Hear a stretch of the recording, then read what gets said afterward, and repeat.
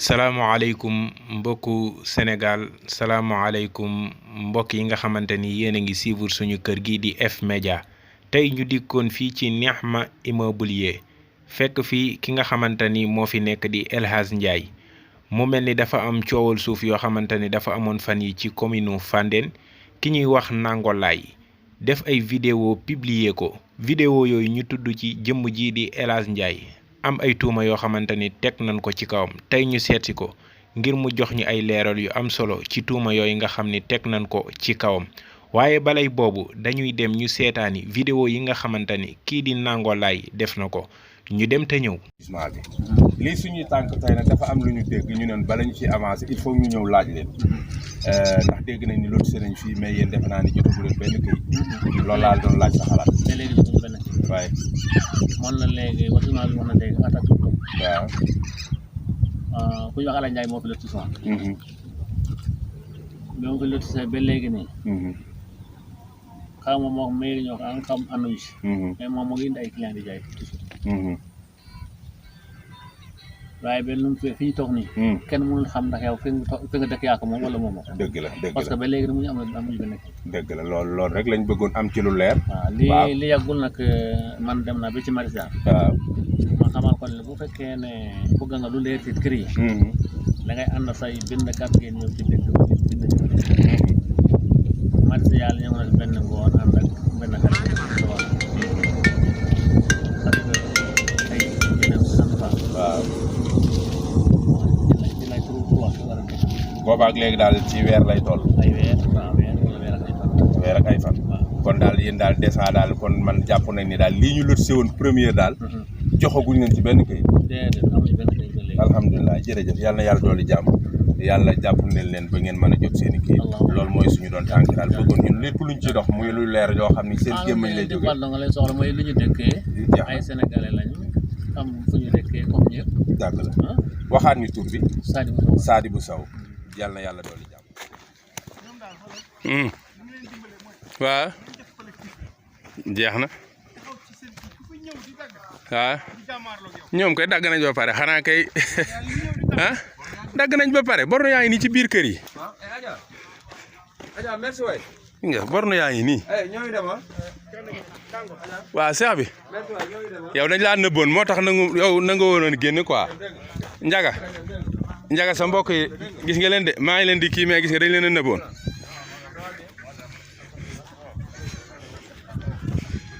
gisoo borno yaa ngi nii ci biir kër gi lii kay leer na. waaw kay mbokk yi ñoo ko gisandoo gis ngeen vidéo yi nga xamante ni moom la Nango Laye def dégg ngeen Sadibou Sow ak wax yi nga xamante ni moom la ci wax jëmale ko ci kii di El Hadj Ndiaye kon El Hadj Ndiaye moo ngi nii toog mbokk yi dinañu indil ay leeral yu am solo ci kàddu yi nga xamante ni teg nañ ko ci kaw El Hadj ñu ngi lay nuyu ak yan leeral nga ñuy indil ci vidéo yi nga xamante ni ñoo ko doon seetaan. jërëjëf Makhtar ñu ngi lay nuyu di la ziar bu baax a baax. di nuyu waa F-Media yëpp di nuyu suñu artiste muy monsieur Go MC di ko ñaanal mu gën a jëm ci kanam bon di nuyu le maire de Fandène ministre directeur de cabinet du président de la République monsieur Augustin Tine di ko ziar bu baax ak ñëpp staff bi mu àndal yëpp di leen di nuyu bu baax bon seetaan nañu vidéo yi nga xam ni gis nañ ko ñu defee ko ci lotissement bii ñu tiim muy route de Morolan Kéba ñu tudd ci sama tur te lotissement bi man maa ko def moo tax ñu ciy indi ay quelques leeral mais ay leeral la rek nag yoo xam ne dina tax askan wi xam commune bu Fandène ki ko jiite muy le ministre Augustin Tine maire de Fandène képp ku ko xam tey liggéeyandoo ak moom ci wàllu suuf man jàpp naa ne ku ko ci attaqué da ngay daanu li tax ma wax ko dama ko teg fu leer parce que man damay liggéeyandoo ak moom ma gis clarté ak exigence bi nga xam ni am na ko ci wàllu suufu Fandène loolu dama koy wax te yàlla tax loolu moo tax may indi leeral nii pour seede ko nit ñi mën koo xam di wax rek askanu Fandène ñëpp seen xel dal ci seen maire wàllu suuf moom na ci seen xel dal bu baax a baax. bon bu ñu dellu si waatee ci question bi vraiment fii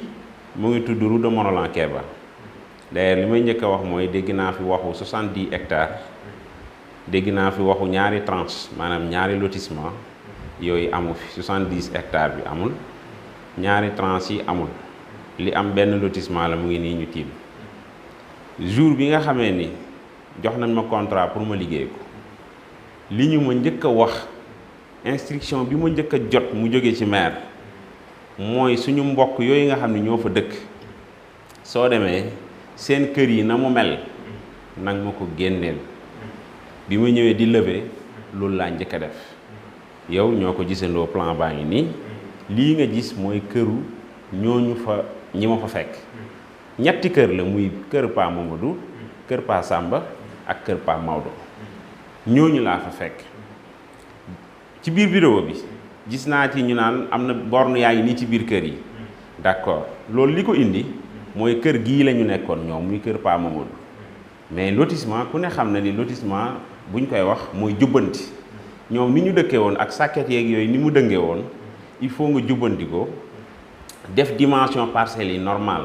loolu moo tax borne yi nekk ci biir kër yi d'ailleurs ñoom sax ñooñu ko gën a xam te dinaa la wan parce que ñoom dama leen sant di leen gërëm muy population bi ma fekk foofu muy Pa Mamadou mi di Pa Samba di Pa Maodo seen ay charrette dinaa la wan ay photo yoo xam ni seen ay charrette ñoom ñoo doon roñ borne yi di ma ko yóbbul ci bi may liggéey ñu coopérer ak man coopération bu am solo mais gis naa ci kenn nit koo xam ne dañ ko interviewé mu tudd Sadibou Sow Sadibou Sow man fekkuma ko ci site bi dama ñëw def levée bon ma def benn rappel bu ndaw ci lotissement nan lay demee alors da ngay def levée topographique mooy nga ñëw xool site bi ni mu mel nga lever ko jël ko dem defal plan projet plan bi moo nekk nii lii suñ ko xasee adopté kenn amatul droit di ci def leneen nii rek la mën a mel te ñaakaar naa ni ña ma fa fekk te ñu adopté leen ci biir plan bi ñoom seeni mbir leer na ñoo nekk nii mais bi ma ñëwee di wàccee kaamil ci jour bi may commencé di def terrassement yi Sadibou Sow moomu doon wax dafa ñëw ma gis ko muy laajte bañ joxoñ ko man mu ñëw ci man mun ma dégg naa yaay defar lii ma ne ko waaw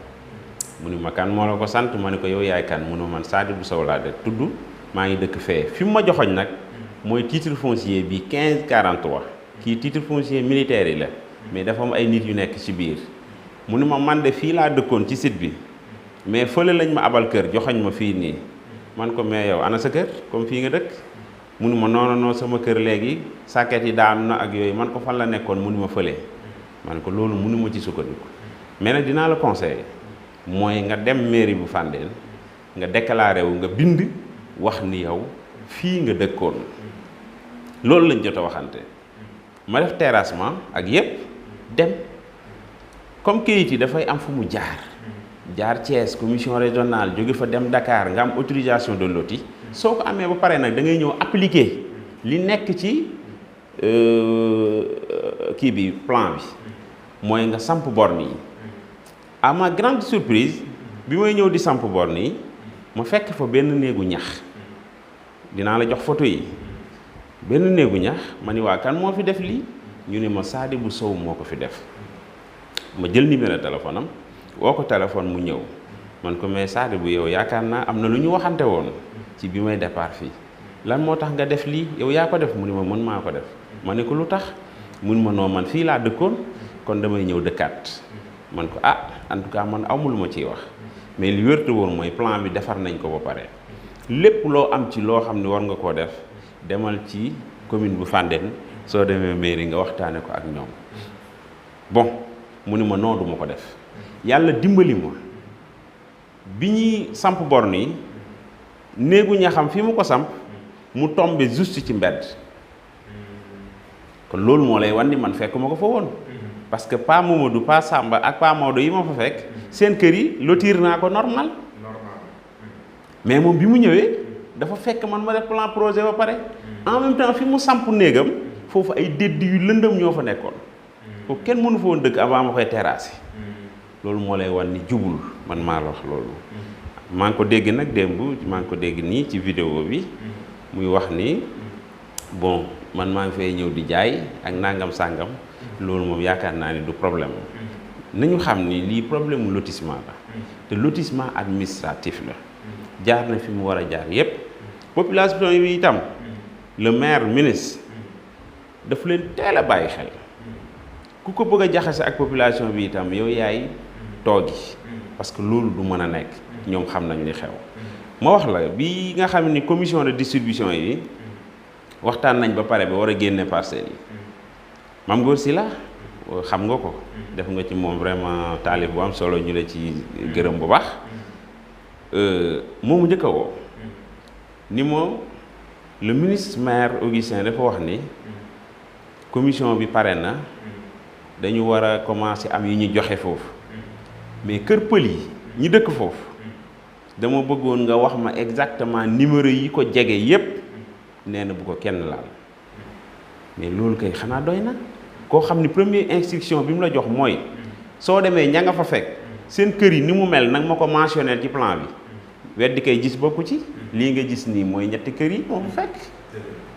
kon suñuy interviewé koo xam ni non seulement man bi may ñëw fekkuma ko ci site bi ba pare mu ñëw def forcing tabax ay néegu banam ci kaw ay parcelles jàmbur ak ay mbedd il faut mu xam loolu ba pare moom pourtant porté woon na ma plainte ci départ bi moom Sadibou Sow